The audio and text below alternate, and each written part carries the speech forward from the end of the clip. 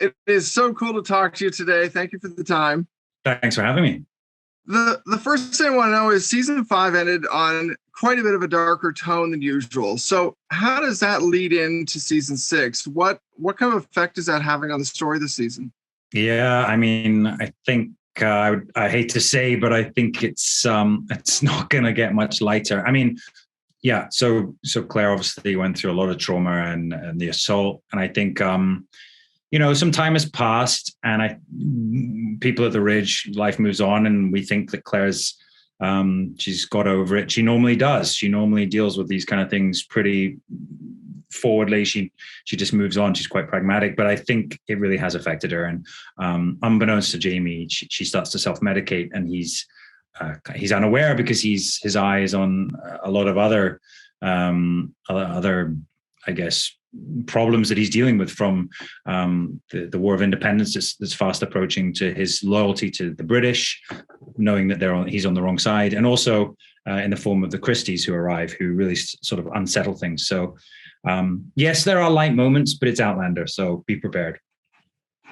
Well, that's my other question: is religion plays a big part in what he's dealing with, and Tom Christie, as you mentioned, how is he dealing? Like, what is his way of dealing with this situation? Because it's a bit different than what he's been through before. Yeah, I mean, religion in some sense, because they both have different beliefs, but actually it's more about someone using power over others, and Tom Christie uses fear or his religion to control others, and Jamie's on the other side of that. And I think there's a real standoff between the two, and a power play between the two of them. And we begin the season by looking at their relationship, and we jump back in time to a flashback to how they first met. And it really does come into play, because Tom is not only controlling the people that follow him, but also his family members as well, and manipulating them. So he's a great adversary, and a very difficult one for Jamie as well. And I think it's kind of interesting to see Jamie use all of his skills to try and manipulate and control Tom. And then, I mean, my other question is, can you hint at maybe one of your favorite episodes this season, something that maybe was a bit more fun than others, or flex some different muscles this time? Ooh, that's good. Yeah, I mean, the second episode, we see Jamie in the Cherokee village, which is a different flavor, of different, different civilization. We get to see the Native Americans, and we recreated this village, which I think is pretty authentic. We really spent a lot of time working with them, the First Nation, to try and get that right, and that was really interesting. But also working with our Tom Christie, Mark was just incredible. He's a brilliant actor. He really brings great energy to that character, and so to play opposite him was awesome. And then I guess at the end of this season, there's a great climax, a great cliffhanger, I guess. Excellent. Well, in terms of working with Caitrona, what is she like as a scene partner? What do you find after working together this long that it's like? I assume you've got some sort of like shorthand in working together, but what is she like? She's awful, to be honest.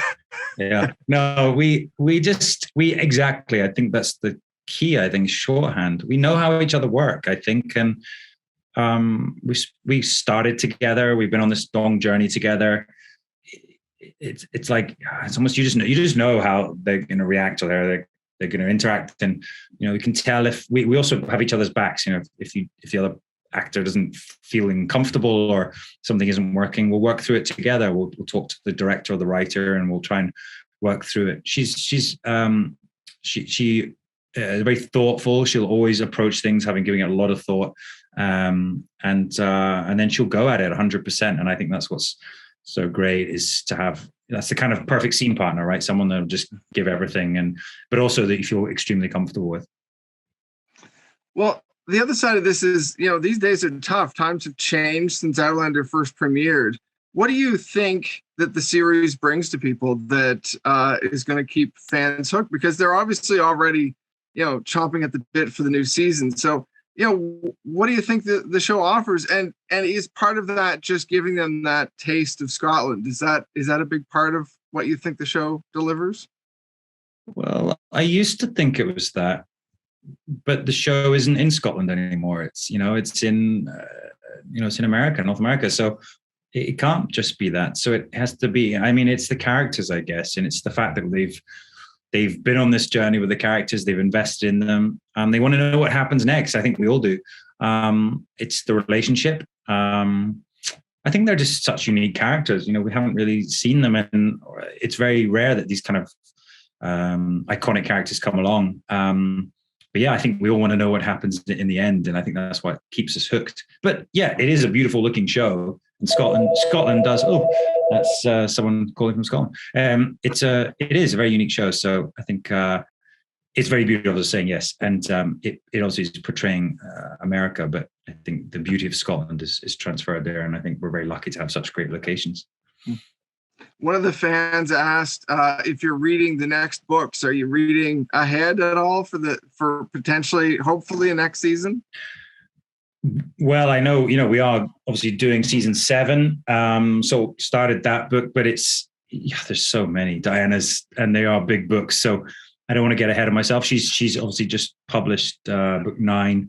And I know she sent me a copy to my home address, but I haven't been home for a number of months, but I will probably dig into them at some point. But yeah, it's tough to take on board all of that material because we're also having to deal with our scripts, which do stick closely to the books, but we are also beginning to pull upon other storylines as well.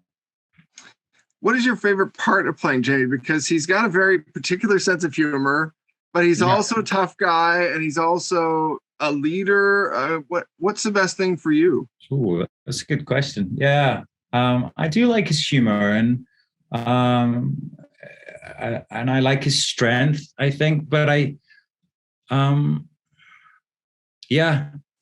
it's his self-belief, or his conviction, and he has a sort of power in that. Then in that, once he makes a decision, it happens. And he's also extremely intelligent, I think, and can see the politics being played out, or the different factors involved. So yeah, I mean, he's accumulation of so many things now. He's so much experience from being a general, being a leader of men, being a politician, being at the French court. He's now really grown into himself, and I do like that. You can still see moments of Jamie when he's younger and he's hot-headed, but he's more tempered now as he's got older. Well, the last thing I'm going to ask you is about your whiskey. Fans respond so much to this. I love the fact that it's kind of almost a piece of the show. Almost, it's broken off that you can sample. Yeah. When is it coming to Canada, and or do you know if it's coming to Canada? Well, I can tell you it is coming to Canada. Is it? We've had a lot of conversations. It's been a bit of a process, but it's imminently going to be there. So I'm very excited. Yeah, but it's great. It's a fun venture, and obviously, spawned out of Sassenach, my love for Scotland as well. And I think I'm really proud of it. So hopefully the Canadians enjoy it as well. Well, congratulations. I cannot wait to try it. Thank you very much for the time. I really appreciate it. Thanks, Andrew. Appreciate it, buddy. Thank you. Have a great day. You too.